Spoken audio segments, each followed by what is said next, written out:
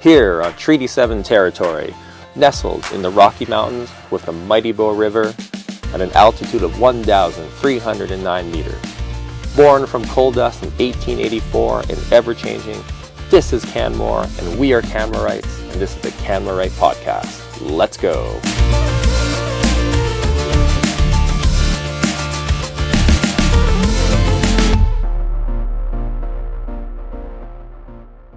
Hey everybody, welcome back to the Canmorite Podcast, Episode 7. I'm here with my good friend and fellow town councillor, Wade Graham. Wade, how are you? I'm doing excellent, Jeffrey. How are you? I'm pretty darn good. So today's topic is probably not the first time we talk about it on this podcast, but it's a pretty contentious one. It is the livability tax that's here in Canmore. There's been a lot of media about it. It's been in the news, obviously a ton in the Outlook. And Wade, just for some of the folks that aren't maybe completely familiar, could you give a bit of a background rundown on what the livability tax is and how it came to be? Yeah, so back when we were running for council, one of the things I ran on and the mayor ran on was the idea of a vacancy tax. And so we got elected, and council kind of thought that was a decent idea, so we struck a livability tax force, and that group went back and investigated ways that we could help incentivize the rental market here in Canmore. They brought that report back to council, which included a style of vacancy tax through a subclass system through the MGA. We thought that was a feasible idea. So we directed administration to go back and put together the policy. They brought the policy back. We took it back to the public. The public had input on it. We eventually passed that policy, and then it went to court. That's right. So despite us as a council going through the entire process of vetting it, we talked to a lot of different stakeholders through the community, and it passed, but there was a group, Fair Futures Canmore, and they did not really accept the decision that was passed by council. So what did they do? Yeah, they filed a lawsuit against the town, contesting the viability of the vacancy tax, the livability tax, and they didn't think that we could do it the way we did it. A judge agreed with us.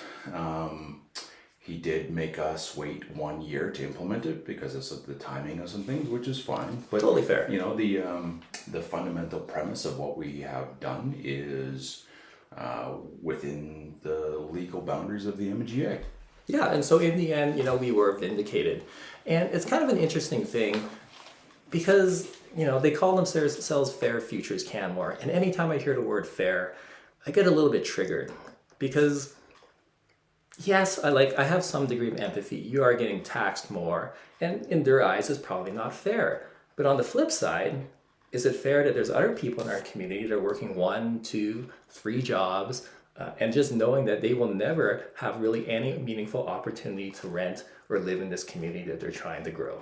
Yeah, and fair would assume that we're going to compare that to something. So when I compare our tax rate of 0.4% to the tax rate of, say, Vancouver or Toronto or Ottawa, that is at 3 to 5% of 3 to 5% of assessed value, right? So we're what's fair?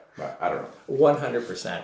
And it's an interesting piece too, because sometimes I'll hear people say, well, this isn't going to really move the needle. And on my end, I actually anecdotally feel it is. A friend of mine, he's a realtor. I was talking to him the other day, and a lot of his clientele are second homeowners. And a lot of those second homeowners, they're coming in, they're interested in buying a home. And one of the first questions they ask him is, does this home have a suite?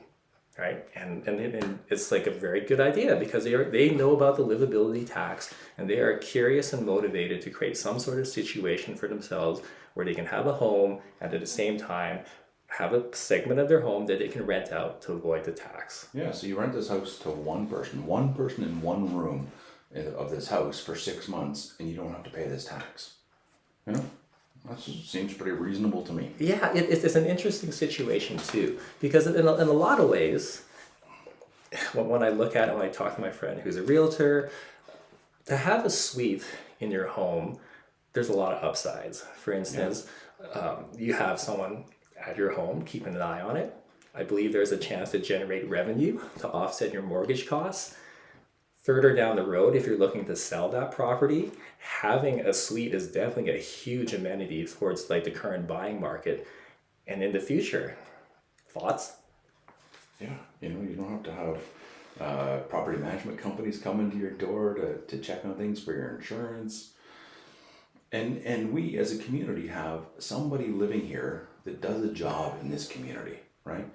You know, whether it's a nurse or a teacher or a server at a coffee shop or, you know, a municipal government worker or whatever, right? It's those are people that are essential to our community, so that when people do come to our community, we have services for them to rely on. And that makes this a community. 100%. I think one of the interesting things is that it's only a small group of second homeowners that are really pushing back on this. I have other connections in the community. I talk to them. They're second homeowners, and they can understand the point behind the tax. Like, for example, there's a situation. I met this one person. They're like, you know what? I have a second home in Canmore. I plan to retire there. I'm not gonna be able to get there for 5-10 years. So this second home is a placeholder. But for me, it's a luxury, and I get it. If we need to like generate funding, or you want me to put housing in some sort of manner there, so that when I come here, there's a community for me to enjoy, I can reconcile that idea. And if people don't have a renter in their house, or somebody living there, then and they pay this tax, then we're going to take that money and we're going to go build non-market affordable housing for the community, right? And so people ask, where's the money going all the time? That's a great question. That's where it's going, right? We're going to build apartment buildings. We are going to build townhouses. We are going to build community that doesn't appreciate with the market and has reasonable market or reasonable rents that people can afford.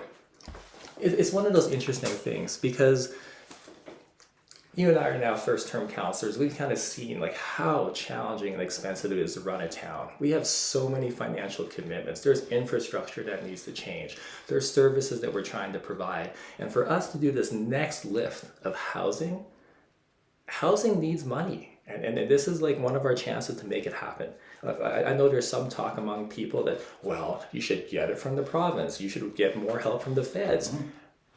What's your perspective on that? We've been there. We've done that. We've asked those questions. We've lobbied. We have gotten limited success in that realm, for sure. It's not for lack of effort. In fact, for 20 years, we've been working with the province and the feds to build schemes that we can do to help this problem.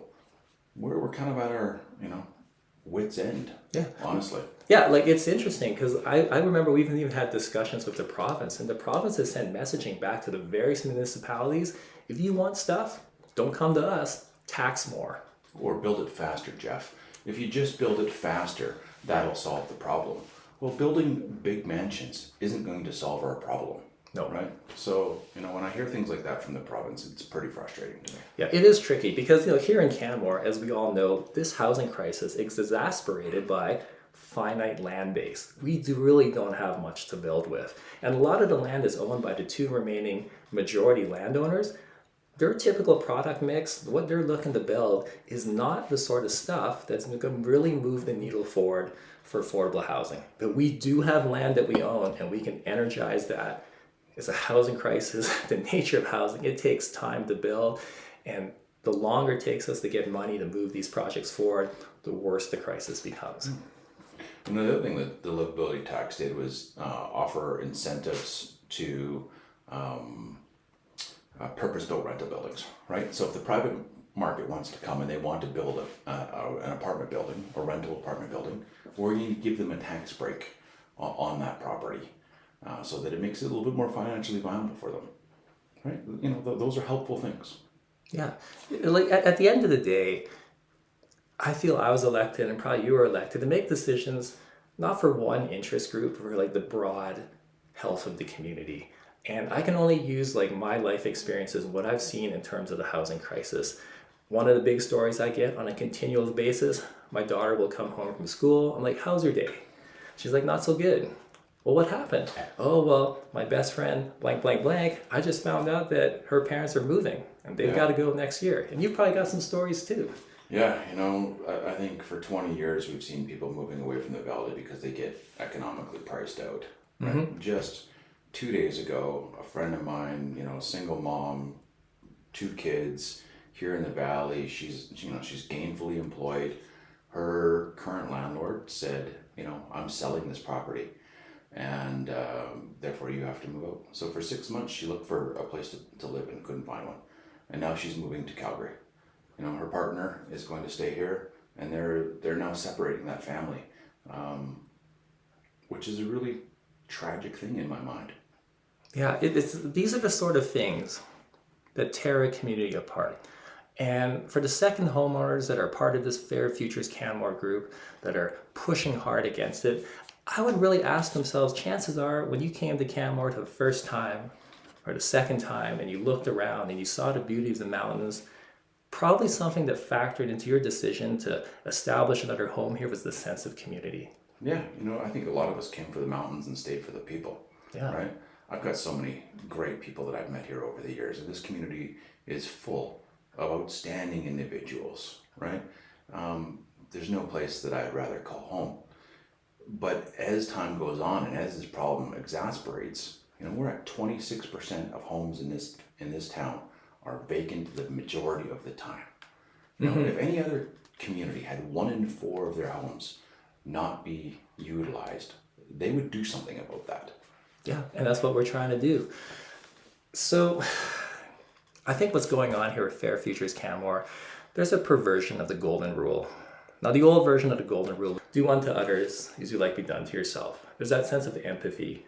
But I feel what we're seeing now from Fair Futures Canmore is a new version of golden rule, where there's this belief that, hey, we have more gold, we get to make the rules. And so tell us what's happening now, despite them losing the decision in court, what's going on?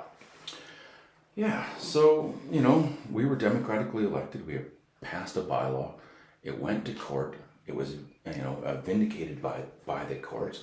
And so now, you know, that Fair Futures group has hired themselves a lobby group to go to the province and see what they can do to change the rules. Now you and I, or the average Joe, hasn't got the pocketbook or the connections. Or the time. If you're working 3 jobs, I don't think you have the capacity to hire a lobbyist on your behalf. Right. To go to Edmonton and say, we don't want to pay this tax. Find a way for that to not happen. That's pretty frustrating. Unfair. That's an unfair advantage in my personal opinion. So, you know, you and I are now reaching out to our networks and saying, hey, we need to get you guys involved. Yep. Like I feel pressure needs to be put on because what's this lobbyist doing? They're trying to compel, you know, in-house meetings with ministers. They're trying to lean on their connections, the sort of connections that most of us don't really enjoy. But we do have the power of the vote and we have the power of making our voices heard.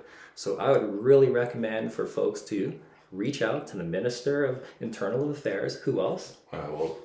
Municipal Affairs. Municipal Affairs, right? The Premier, our local MLA, and Council, right? The more voices that the province here is supporting this, and there is a lot of people in this town that support this idea. The silent majority, I believe, really supports this. I have people walk up to me on a daily basis, you know, give me a hug and say thank you for the initiatives that we're taking.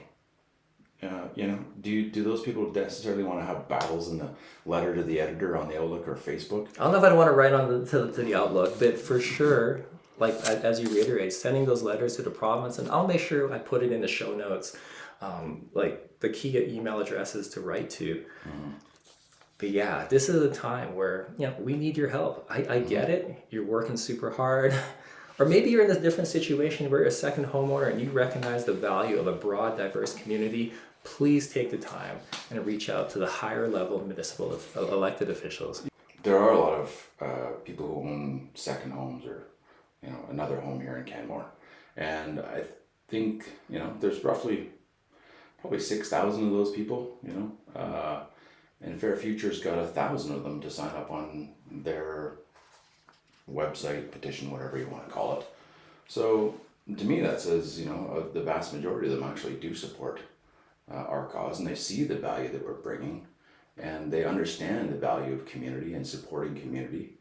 I think there's a lot of great people out there that do support this cause and have a second place here. Well, I think that's a pretty good place to end it.